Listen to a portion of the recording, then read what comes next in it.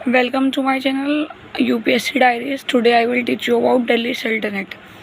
इससे पहले मैंने 3 लेक्चर बनाए हैं हिस्ट्री के, जिसमें मैंने फर्स्ट लेक्चर में आपको हिस्ट्री के कुछ कॉन्सेप्ट पढ़ाए थे कि मैंने आपको थोड़ा सा रिकॉल कर देती हूँ प्रीवियस क्लासेस का। तो फर्स्ट लेक्चर में मैंने आपको जो हिस्ट्री के कॉन्सेप्ट पढ़ाए थे उसमें मैंने सबसे पहली चीज़ आपको बताई थी कि जो इंडियन हिस्ट्री होती है वो हमारी सबसिस्टेंस से सरप्लस सिस्टम में जाती है। सरप्लस सिस्टम होता है जिसमें हम आगे का सोचते हैं, और सबसिस्टेंस सिस्टम होता है जिसमें हम अभी अभी का सोचते हैं। और इंडियन हिस्ट्री हमेशा एक अनमैनेज से मैनेज सिस्टम की तरफ जाती है। जो इंडियन हिस्ट्री स्टार्ट हुई थी इंडस वैली सिविलाइजेशन थे, जब एक मैनेज सिस्टम हुआ करता था, वो एक मैनेज सिविलाइजेशन थी, वहाँ पे लोग प्रॉपर ढंग से रहते थे। बट धीरे धीरे इंडियन हिस्ट्री फिर अनमैनेज सिस्टम की तरफ जाती है। इंडियन हिस्ट्री में कोई भी फाइट होती है रिलीजन के वजह से होती है, तो लोग फिर फाइट करते हैं, क्योंकि इंडियंस अपने रिलीजन को लेके बहुत सेंसिटिव होते हैं। और फिर उसी क्लास में मैंने आपको बताया था इंडस वैली सिविलाइजेशन, वैदिक पीरियड एंड लेटर वैदिक पीरियड के बारे में। फिर हमने पढ़ा था चंद्रगुप्त मौर्य का, वो बनाते हैं मॉडर्न डायनेस्टी, और वो जैनिज़्म की तरफ अट्रैक्ट होते हैं। जैनिज़्म में डिवीज़न होती है। एंड सेकंड क्लास में मैंने आपको बताया था कि हमारा जो अशोक होते हैं उनके बारे में, बिंदुसार के बेटे होते हैं अशोक, उनकी वॉर होती है, कलिंग का अटैक होता है उनका।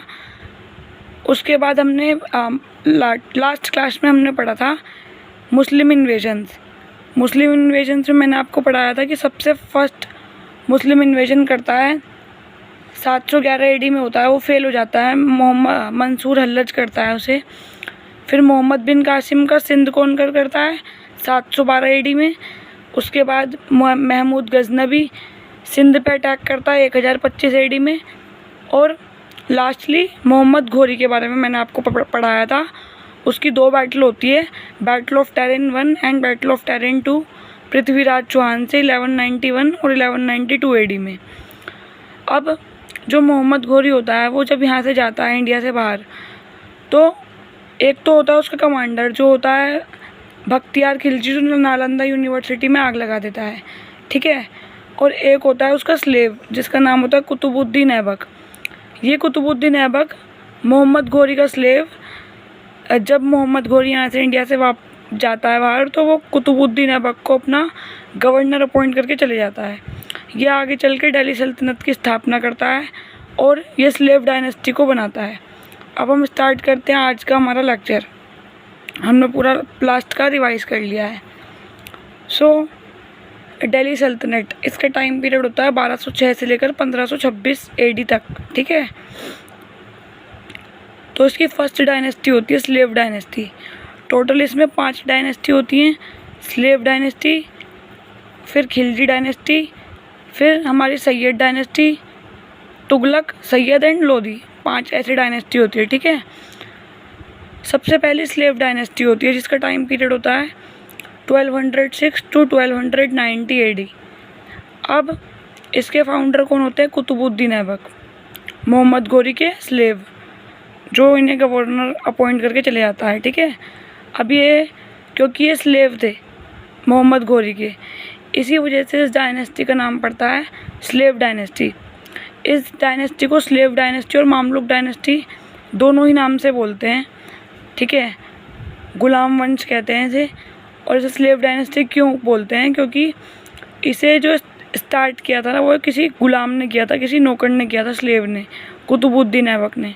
और इसमें जितने भी रूलर्स आएंगे ना रूल करने, वो सब एक दूसरे के स्लेव ही होंगे, इसलिए इसे स्लेव डायनेस्टी कहते हैं। कुतुबुद्दीन ऐबक फर्स्ट रूलर होते हैं इसके। इन्हें टाइटल मिलता है लाख बख्श का। इनकी डेथ होती है वाइल प्लेइंग पोलो और चोगन का गेम खेलते हुए इनकी डेथ होती है। कंस्ट्रक्टेड 2 मॉस्क, ये 2 मॉस्क बनवाते हैं। एक होती है कुव्वत अल इस्लाम और एक होती है अधई का झोपड़ा अजमेर में। एग्ज़ाम में पूछा जाता है एसएससी वगैरह में कि कुतुबुद्दीन ऐबक ने जो मॉस्क बनवाई है उनके नाम क्या है? कुव्वत अल इस्लाम और अधई का झोपड़ा अजमेर में। इन्होंने जो हमारा कुतुब मीनार है दिल्ली में, उसकी कंस्ट्रक्शन स्टार्ट करवाई थी begin the construction of Qutub Minar, complete नहीं करवाई, बस स्टार्ट कराई थी। इनको जो टाइटल जो लोगों ने दिया है वो क्या है, मलिक और सिपालसार का, ठीक है। कॉइन्स इनके दो हैं, पूछे जाते हैं एग्ज़ाम में कि कुतुबुद्दीन ऐबक ने जो कॉइन्स स्टार्ट किए थे या प्रिंट करवाए थे वो कौन से होते हैं। तो कुतुबुद्दीन ऐबक का एक कॉइन होता है सिल्वर का, जिसे टंका कहते हैं, और जो कॉपर का, तांबे का कॉइन होता है उसको जिटाल कहते हैं, ठीक है। ये याद रखना आप, कुतुबुद्दीन ऐबक के दो कॉइन्स है, टंका सिल्वर वाला और जिटाल कॉपर वाला। कुतुबुद्दीन ऐबक का ख़त्म।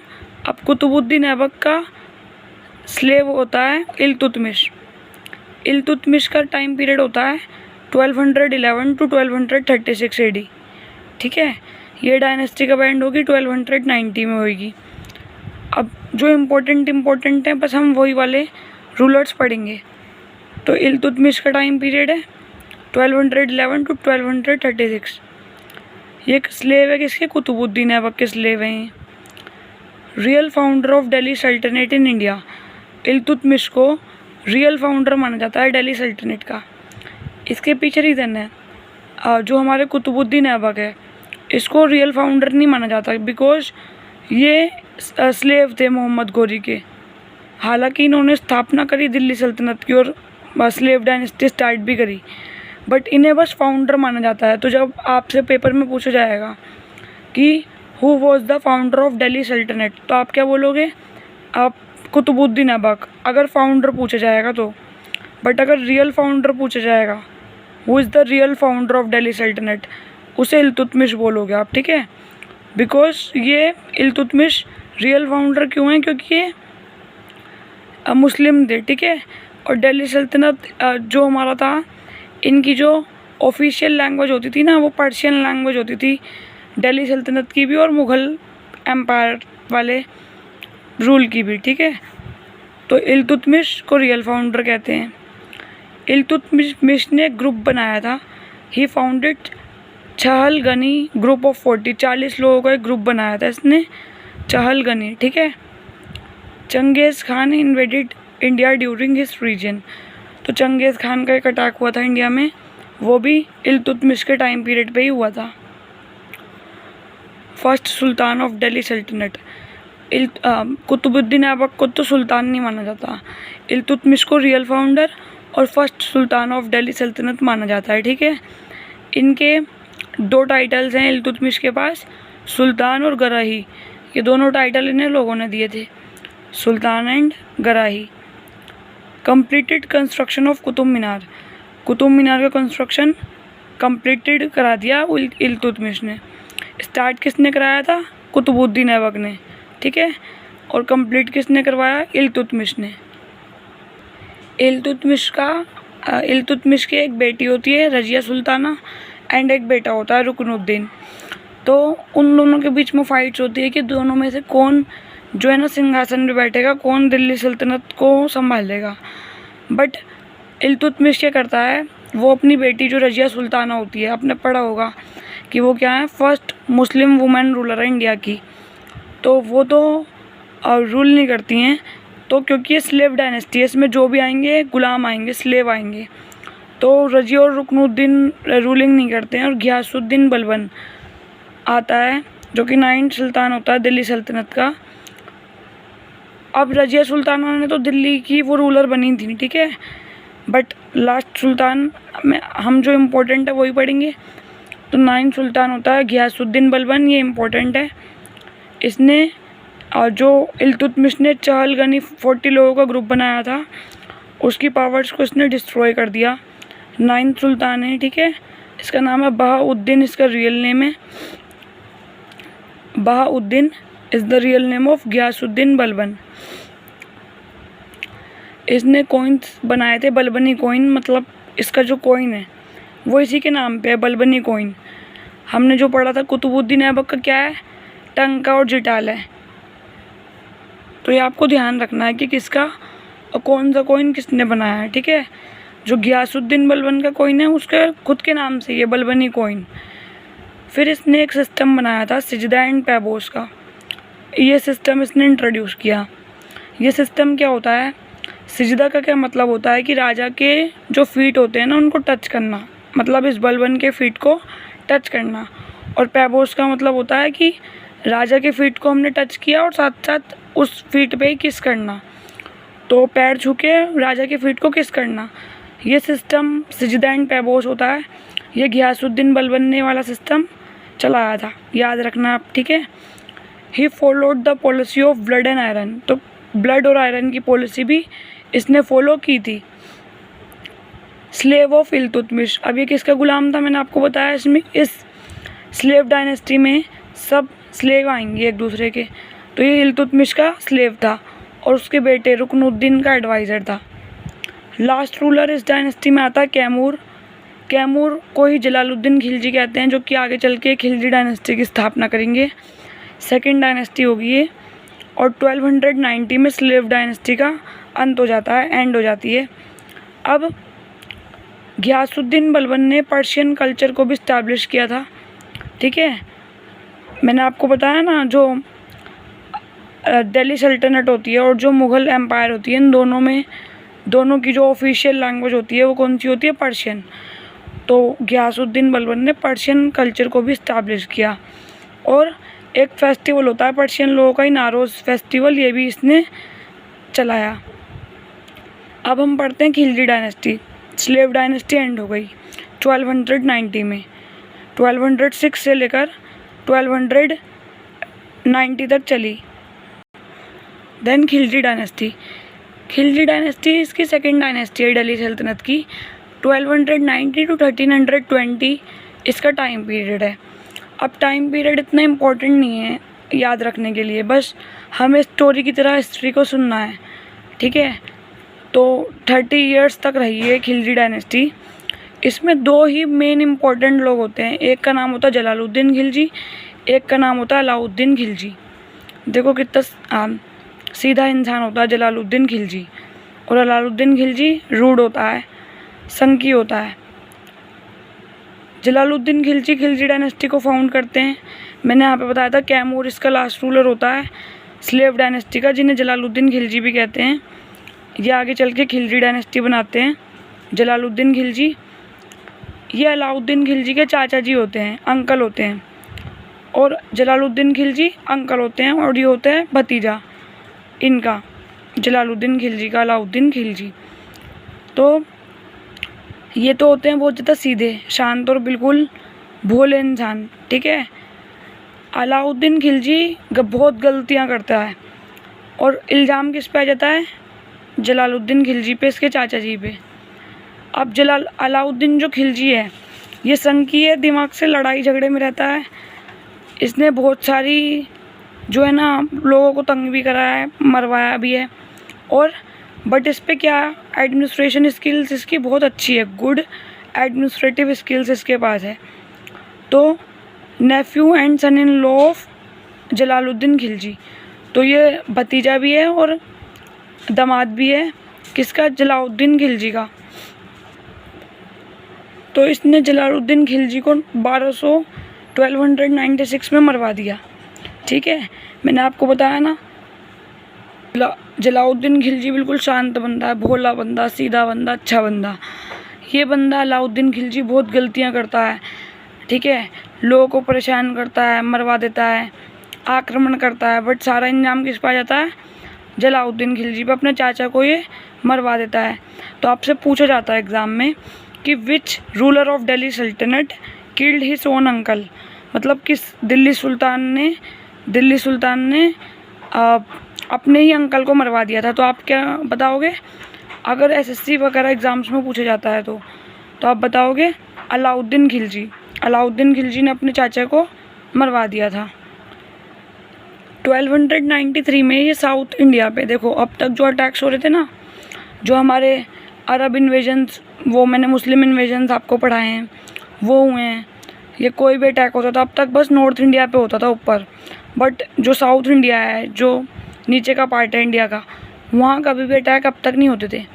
बट 1293 में जो इंडिया में सबसे पहला वेरी फर्स्ट जो इन्वेजन होता है साउथ इंडिया में, वो कौन करता है, अलाउद्दीन खिलजी करता है। बट ब्लेम किस पे डाल देता है? जलालुद्दीन खिलजी अपने चाचा पे इल्ज़ाम डाल देता है। और 1293 में तो साउथ इंडिया पे अटैक करता है और 1296 में जलालुद्दीन खिलजी को मार देता है अलाउद्दीन खिलजी अपने अंकल को। 1303 में बैटल ऑफ चित्तौड़ लड़ता है पद्मावती रानी के लिए। देखी होगी ना आपने बाजीराव मस्तानी, तो हिंदुओं की रानी होती हैं वो, ठीक है, हिंदू होती हैं। ये तो मुस्लिम है अलाउद्दीन खिलजी, बट पद्मावती के लिए पद्मावती से प्यार करने लग जाता है, प्यार कर बैठता है। तो उनके लिए 1303 में बैटल ऑफ चित्तौड़ लड़ता है, ठीक है। चित्तौड़ में कैपिटल बनाता है सिरी को और सिरी फोर्ट वहाँ पे इस्टेब्लिश करता है। He was the first sultan of Delhi who separate religion from politics. तो ये दिल्ली सल्तनत का सबसे पहला सुल्तान ऐसा है जो रिलीजन मतलब धर्म और पॉलिटिक्स को सेपरेट करता है, ठीक है। अब जैसे मैंने आपको बलबन का एक सिस्टम बताया था, कौन सा सिस्टम बताया था आपको? सिजदा एंड पैबोस, मतलब राजा के पैर को छुओ और किस करो। पैबोस का मतलब किस करना एंड सिजदा मतलब फीट को टच करना। तो अलाउद्दीन खिलजी का भी एक सिस्टम होता है, वो होता है दाग एंड चेहरा रूल। दाग एंड चेहरा रूल कौन बनाता है? अलाउद्दीन खिलजी। अलाउद्दीन खिलजी, इसमें क्या होता है दाग एंड चेहरा रूल में? दाग का मतलब है कि भाई घोड़ों की ब्रांडिंग करनी है, ब्रांडिंग ऑफ द हॉर्स, घोड़े की ब्रांडिंग करनी है। और चेहरा का मतलब है descriptive role of soldiers. Last king Khilji dynasty का होता है खुसरो खान और 1320 में खिलजी डायनेस्टी ख़त्म हो जाती है, 30 साल तक रहती है। 1290 से लेकर 1320 30 साल रूल किया। बस इतना पता होना चाहिए आपको, ज़्यादा टाइम पीरियड के पीछे मत भागना। बस ये पता होना चाहिए कि सबसे शॉर्ट रूलिंग डायनेस्टी कौन थी और सबसे ज़्यादा रूल किसने किया, वो मैं भी आपको आगे बताती हूँ। तो अलाउद्दीन खिलजी का रियल नेम क्या है? ये कुछ फैक्ट हैं जो पूछे जाते हैं। अगर आप एसएससी की प्रिपरेशन कर रहे हो तो आपको याद होना चाहिए, और यूपीएससी में तो हमें डिटेल्स में पूछा जाता है तो उसके लिए भी पता होना चाहिए। तो अलाउद्दीन खिलजी का रियल नेम है अली गुरशाप। घड़ाई और चराई टैक्स इसने लगाया था। अली गुरशाप इसका रियल नेम है। पूछा जाता है कि अली गुरशाप किसका रियल नेम है, तो बताना पड़ेगा अलाउद्दीन खिलजी। 50% मार्केट टैक्स लगाया है इसने, मार्केट कंट्रोल सिस्टम, ठीक है। मतलब कोई भी जो चीज़ होएगी उस पर 50% इंसानों को देना पड़ेगा और 50% मार्केट की तरफ से लगेगा। आर्मी इसने रिफॉर्म करी अपनी सैलरी बेसिस पे। मतलब पहले क्या था कि लोगों की सैलरी एक जैसी थी सब सोल्जर्स की, बट इसने सैलरी रिफॉर्म करी सैलरी बेसिस पे अपनी आर्मी। मतलब किसी किसी की कम सैलरी होगी, किसी की ज़्यादा होगी। तो इसने सारे जो है ना गलत काम ही करे हैं, मतलब ठीक है। बहुत क्रूर था, बहुत संकी, बहुत ज़्यादा संकी लड़ाकू अलाउद्दीन खिलजी। बट इसके अंदर एक चीज़ थी, किसी के कहते हैं दिमाग, एडमिनिस्ट्रेटिव स्किल्स, मतलब इस पर विज़न बहुत अच्छा था। तो उसके बाद आर्किटेक्चर की बात करते हैं कि अलाउद्दीन खिलजी ने ऐसी क्या क्या चीज़ें बनवाई हैं। तो हौज़ खास दिल्ली में ये इसने इस्टेब्लिश किया। अलाई दरवाज़ा, कुतुब मीनार का जो एंट्रेंस गेट होता है, अलाई दरवाज़ा ये इसने बनवाया, ठीक है। एंट्रेंस गेट है ये कुतुब मीनार का। 4 मीनार इसने बनवाया दिल्ली में, और जमायत खाना, ठीक है। तो this is about Alauddin Khilji. अब खिलजी डायनेस्टी एंड हो जाती है और उसका लास्ट रूलर कौन होता है? खुसरो खान। 1320 में खिलजी डायनेस्टी ख़त्म। अब हम आगे पढ़ते हैं तुगलक डायनेस्टी। तो मैंने आपको बताया कि उस खिलजी डायनेस्टी का जो लास्ट रूलर होता है खुसरो खान। वो डायनेस्टी 1320 में ख़त्म हो जाती है। अब स्टार्ट होती है Tughlaq dynasty, which is the 3rd dynasty of Delhi सल्तनत, और ये जो लॉन्गेस्ट है। हमें ये याद रखना पड़ेगा कि सबसे ज़्यादा रूल करने वाली और सबसे शॉर्ट टाइम के लिए रूल करने वाली डायनेस्टीज़ कौन कौन सी हैं। तो दिल्ली सल्तनत की जो सबसे बड़ी ज़्यादा रूल करने वाली डायनेस्टी है वो है तुगलक डायनेस्टी, जो अभी मैं आपको पढ़ाऊँगी। इसमें 3 इंसान हैं जो इम्पोर्टेंट हैं, गियासुद्दीन तुगलक, मोहम्मद बिन तुगलक और फिरोज शाह तुगलक, ठीक है। तो 1320 to 1414 AD तक ये डायनेस्टी पूरी रहती है।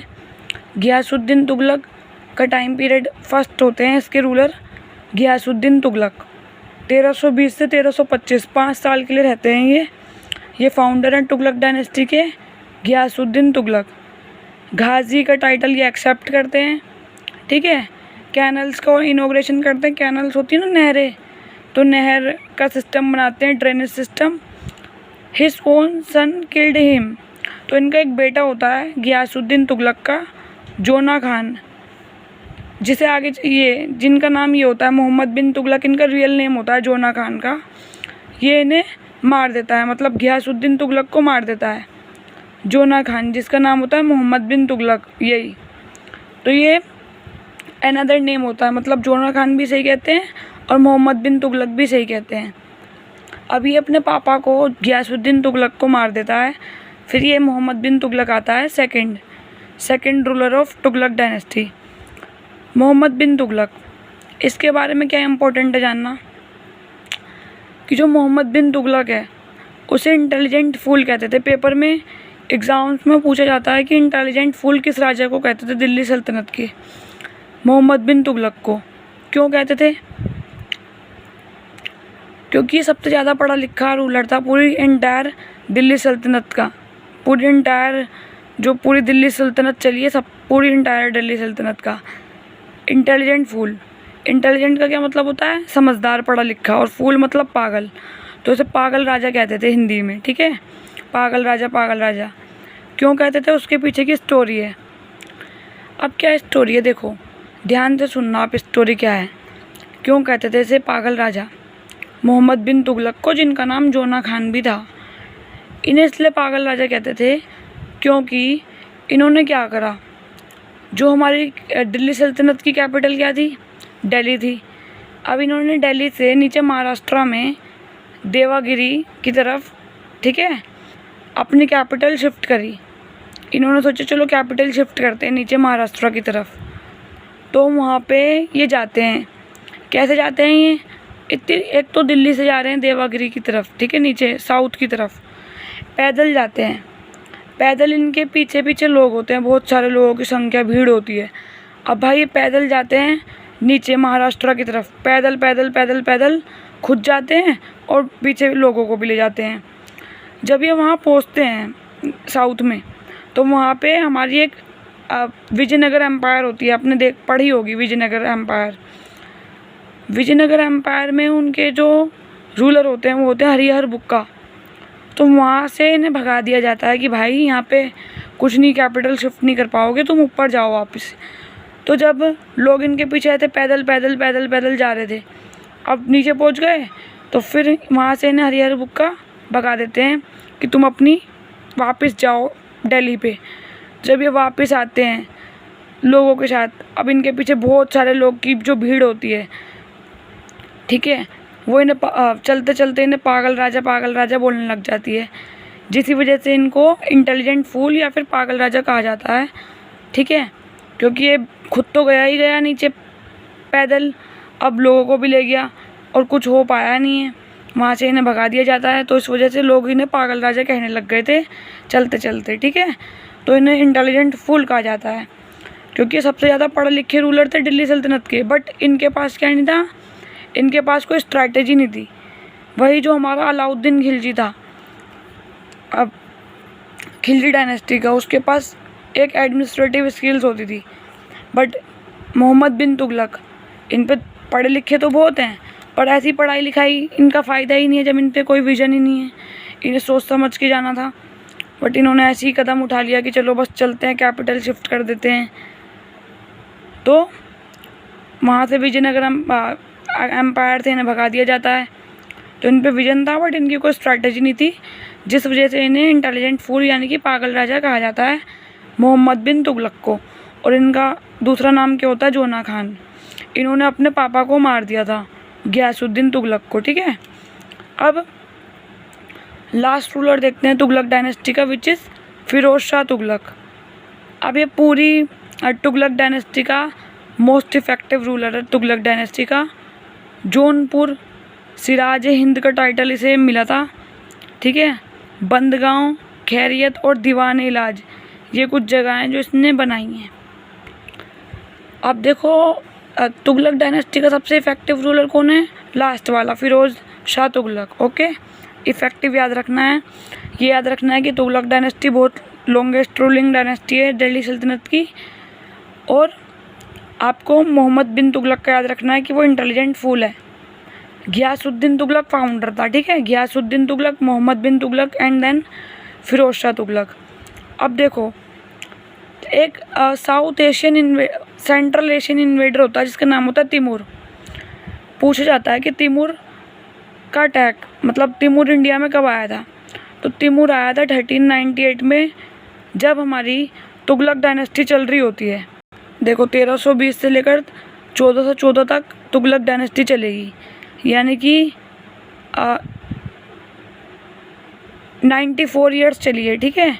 तो 94 ईयर्स, तो 1320 से 1414 तक चलेगी। उसी टाइम पीरियड के बीच में 1398 AD में तिमूर एक सेंट्रल एशियन इन्वेडर होता है जो कि इंडिया में अटैक करता है और प्लंडर लूट मचाता है, मतलब फिर से लूट मचाता है, ठीक है। तो उस समय खिज़िर खान को तिमूर गवर्नर अपॉइंट करके अपना चला जाता है। खिज़िर खान एक इंसान है, वो उसको तिमूर अपना गवर्नर अपॉइंट करके चले जाता है। खिज़िर खान आगे चल के सैयद डायनेस्टी बनाते हैं जो कि 4th डायनेस्टी होती है दिल्ली सल्तनत की। Syed dynasty 4th dynasty of Delhi सल्तनत 1414 से लेकर 1451 तक ये वाली डायनेस्टी चलेगी। अब तिमूर का नॉमिनी था ये खिज़िर खान। तिमूर अपना गवर्नर अपॉइंट करके चले जाता है खिज़िर खान को। और ये पूछा जाता है कि तिमूर का अटैक किस डायनेस्टी के टाइम पीरियड में हुआ था? तो याद रखना है तुगलक डायनेस्टी के टाइम पीरियड पे अटैक किया था तिमूर ने, सेंट्रल एशियन इन्वेडर ने। तो खिज़िर खान जो होते हैं वो आगे चल के सैयद डायनेस्टी बनाते हैं, तिमूर का नॉमिनी। तो खिज़िर खान फर्स्ट सुल्तान बनते हैं दिल्ली सल्तनत के, मतलब सैयद डायनेस्टी के। और इन्होंने कोई भी टाइटल एक्सेप्ट नहीं करा। और सैयद डायनेस्टी के लास्ट किंग होते हैं बहलोल लोदी, ठीक है। इस डायनेस्टी में कुछ इंपॉर्टेंट है ही नहीं पढ़ने के लिए, इसलिए मैंने आपको पढ़ाया भी नहीं। और फिर लास्ट डायनेस्टी होती है लोधी डायनेस्टी। अब यहाँ पे आप ध्यान से स्टोरी सुनना बिल्कुल। लोधी डायनेस्टी होती है लास्ट डायनेस्टी, 1451 से लेकर यहाँ पे ये एंड हुई 1451 to 1526 AD। 1526 में क्या होएगी? फर्स्ट बैटल ऑफ पानीपत होएगी।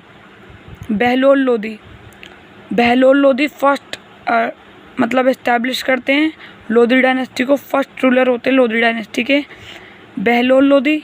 फिर इनका बेटा आता है सिकंदर लोधी, कंटिन्यू करता है।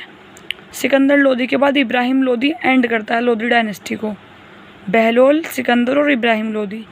अब इब्राहिम लोधी के एक अंकल होते हैं दौलत खान लोधी, जो कि अब जो अलाउद्दीन खिलजी और जलालुद्दीन खिलजी के केस में तो ये था कि जो भतीजा होता था अलाउद्दीन खिलजी, वो अपने चाचा जलालुद्दीन खिलजी को पसंद नहीं करता था, है ना। तो वो अपने चाचा को मरवा देता है। बट इस केस में उल्टा है, यहाँ पे चाचा जी हैं दौलत खान लोधी, ये अपने भतीजे इब्राहिम लोधी को पसंद नहीं करते। तो ये बाहर से एक बंदा बुलाते हैं, कॉल करते हैं और बुलाते हैं किसको? स्टोरी की फॉर्म में सुनो। दौलत खान लोधी अपने भतीजे इब्राहिम लोधी को पसंद नहीं करते। ये बुलाते हैं, बाहर से एक बंदे को बुलाते हैं। इन्हें पता लगता है कि इंडिया में कोई आके रह रहा है, इंडिया में फारस में आके रह रहा है बाबर। तो बाबर 1526 में तो बैटल ऑफ पानीपत हुई, है ना, पर वो पहले ही इंडिया में आ गया था, रह रहा था। तो दौलत खान लोधी बाबर को कॉल करके बुलाते हैं कि आओ भाई, एक बंदे को मरवाना है। तो ये इब्राहिम लोधी को पसंद नहीं करता। ये रहा दौलत खान लोधी, चाचा जी इब्राहिम लोधी के। बुलाते हैं, एक बंदा बुलाते हैं अटैक के लिए, किसको? बाबर को। तो बाबर और इब्राहिम लोधी में फर्स्ट बैटल ऑफ पानीपत होती है 1526 में। First battle of Panipat between Babur and Ibrahim Lodhi, जिसमें जो है हमारा कौन जीतता है? बाबर जीत जाता है और इब्राहिम लोधी हार जाता है। तो बाबर आगे चल के किसकी स्थापना करता है? मुग़ल अम्पायर की स्थापना करता है। मुग़लिया सल्तनत स्टार्ट हो जाती है 1526 से लेकर, और वो आगे आगे चल के रहती है पूरी 1857 तक रहते हैं लेटर मुगल्स भी, और फिर हमारा 1857 में रिवोल्ट ऑफ 1857 होता है, ठीक है। तो 1526 में जब फर्स्ट बैटल ऑफ पानीपत होती है, किसके बीच होती है फिर बता रही हूँ। दौलत खान लोधी अपने भतीजे को पसंद नहीं करते थे, ये कॉल करके बुलाते हैं, भाई बाबर आ जाओ और लड़ो। तो बाबर आता है, बाबर और इब्राहिम लोधी की last ruler of Delhi Lodhi dynasty और लास्ट रूलर ऑफ दिल्ली सल्तनत ऑल्सो इस इब्राहिम लोधी। तो इन दोनों के बीच में फाइट होती है, which is first battle of Panipat. Panipat में लड़ाई होती है, ठीक है। पानीपत में ही क्यों होती है उसका मैं आपको बताऊंगी थोड़ा आगे, जब आपको मुग़ल एम्पायर पढ़ाऊंगी तो सबसे पहले मैं आपको यही बताऊंगी कि सारी लड़ाइयाँ पानीपत में क्यों होती थी।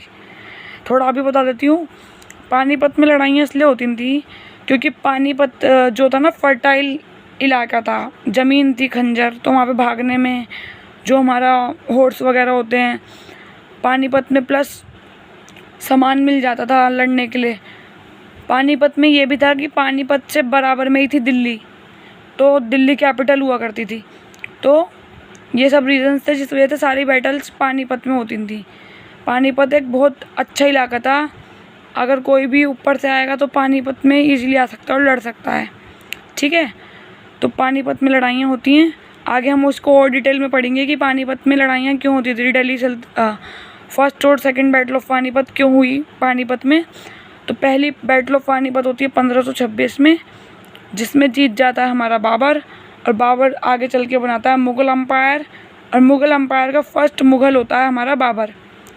और 1526 में इस फर्स्ट बैटल ऑफ पानीपत के बाद दिल्ली सल्तनत का एंड हो जाता है एंड मुग़ल सल्तनत स्टार्ट हो जाती है। So this is my lecture of Delhi सल्तनत। तो अगर मैंने आपको बहुत डिटेल में पढ़ाया है और यही इन्फॉर्मेशन आप इस वीडियो को एक से ज़्यादा बार भी देख सकते हैं। तो this is my lecture of Delhi सल्तनत। और अगर आपको लेक्चर अच्छा लगा हो तो इस लेक्चर को अपने फ्रेंड्स को फॉरवर्ड करना, शेयर करना, लाइक करना, इस चैनल को सब्सक्राइब करना, जिससे मुझे मोटिवेशन मिलेगी तो मैं आगे आपके लिए और लेक्चर्स बनाऊंगी हिस्ट्री के। और हम हिस्ट्री को बहुत ईजी तरीके से समझेंगे, स्टोरी की फॉर्म में, कुछ रटने की ज़रूरत है ही नहीं। स्टोरी होती है, कहानी होती है हिस्ट्री, ठीक है। तो thank you for watching the lecture.